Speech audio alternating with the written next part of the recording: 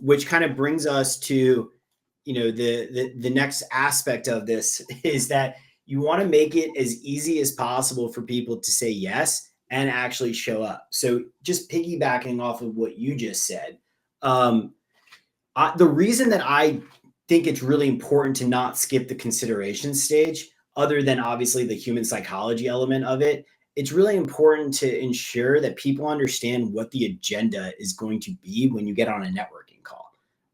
Otherwise, you're kind of creating like a stranger danger feeling, Mm. right?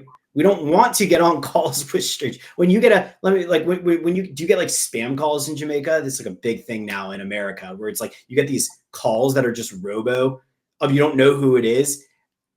I Nobody wants to answer those calls. You Yeah, don't yeah, want yeah. I you get saved, in fact, I saved one of those phone numbers as do not answer, and then I named the yeah. telecommunications company that sends this robot calling, and it's like it's not even a solid offer.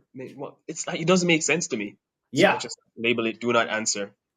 We get these all the time in America. It's actually getting problematic, but the reason is because it's when we were all kids, our parents told us don't go with strangers, right? Mm, So it's ingrained in every human to have some guard up.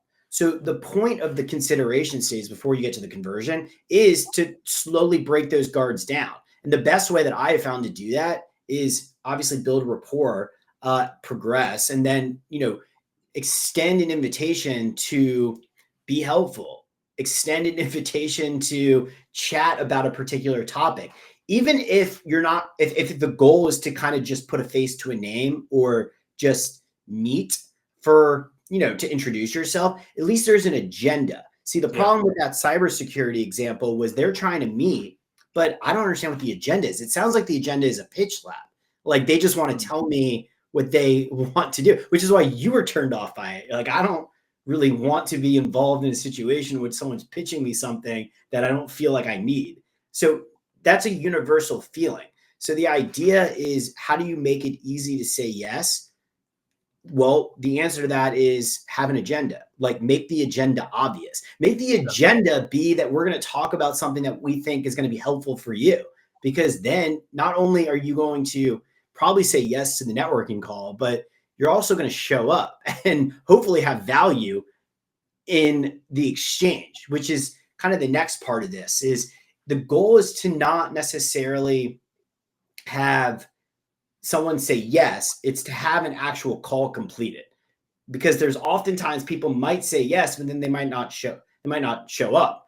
Yeah. Uh, so you want to make sure that not only are you not being pushy, but that you got to actually want the call to go through. And so Mm. this part of the piece is, obviously the skill set of getting to the yes, but this is where I believe that technology comes in super handy. You know how I feel about automating outreach, but because the reason is because I don't think the robots are as good at what we've spoken about as a normal, genuine like curiosity will be. And you also see through the what not to do and then what to do. The what to do is actually a lot simpler than people think. It's not writing all that stuff, but just asking somebody what they're focused on. Just asking somebody if they want help. It's actually not that overly complicated. It's just saying it at the right sequence, and then not being pushy and being genuine. Especially if you start from the premise of you do good sourcing of leads. By the time it gets here, you feel pretty good about wanting to actually get them on a call and chit chat and network. So this part of the process is where I'm a big proponent of technology, automation. The reason is because we're not automating friendships, we're automating friction. Mm. We actually want them to show up. So, obviously having some scheduling software that automates notifications, reminders, that syncs with a conference call like a Zoom or like a calendar. That helps you figure out the time zone differences, which is a big thing of networking on LinkedIn, making sure that if you're in EST, but you're networking someone in PST or Central or in Europe or in India, that you're ensuring that the right times work for both people. Well, software is great at this, much better than potentially you are as an individual doing the administration side of things. So Yeah.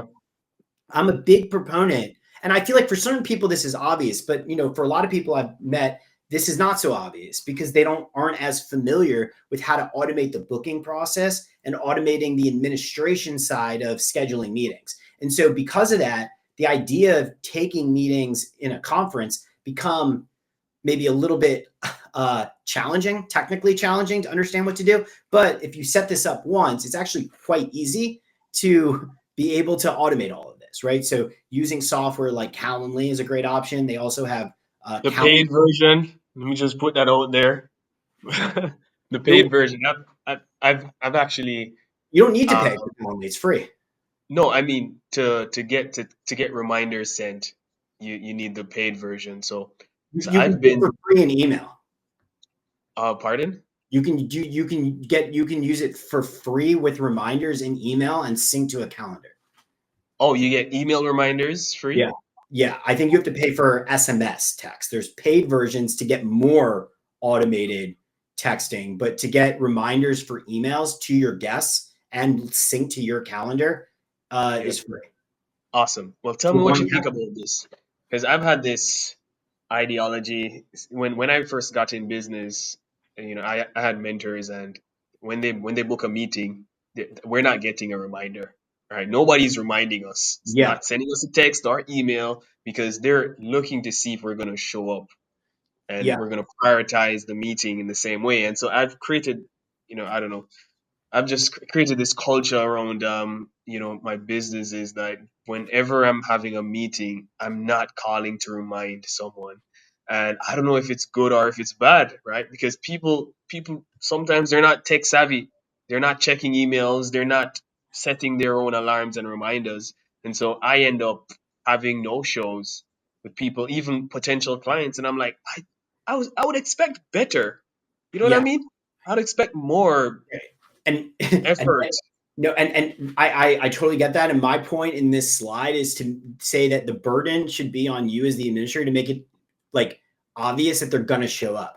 And the way you do that is if you integrate with a Calendly, and Google has this now for free, and I think Outlook has it for free, similar software.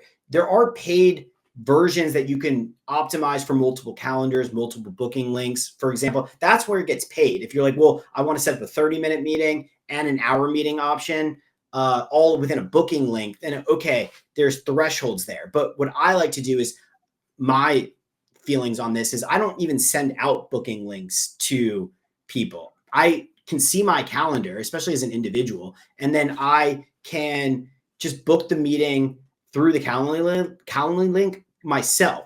Hmm. But let's actually just show an example of um, Calendly.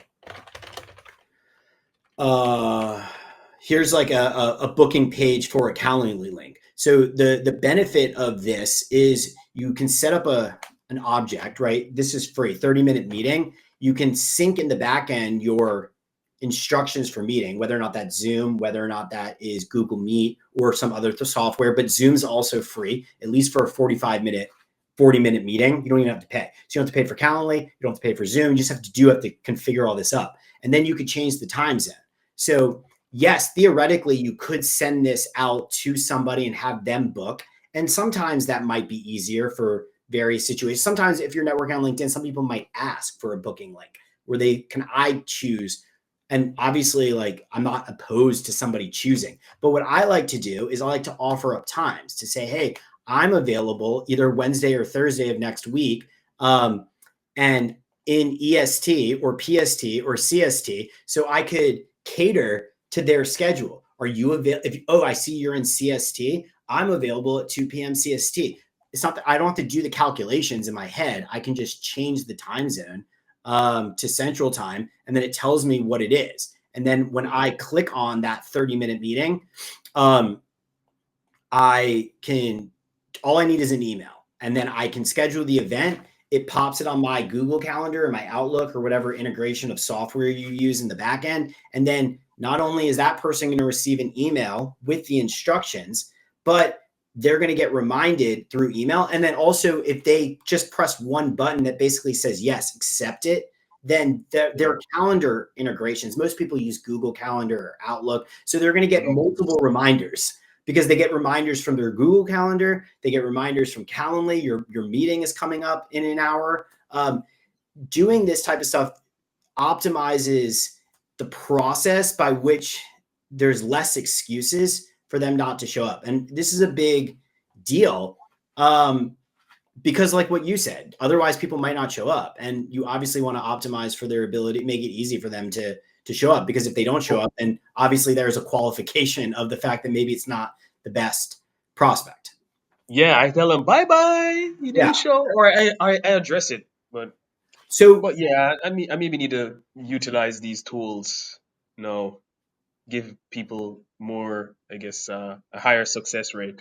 It's super important. And we could talk more about the details of how to set that up at another time, the configurations. But it's really easy. It's free. There's no excuse. It's just a matter of incorporating it into your routine to kind of optimize your ability to make this a lot easier from an administration standpoint on how to have online conferences. So the idea of booking lots of different meetings become not burdensome, but you could focus more on the messaging aspect of it to get the yes, and then automate the process of making sure that people actually show up.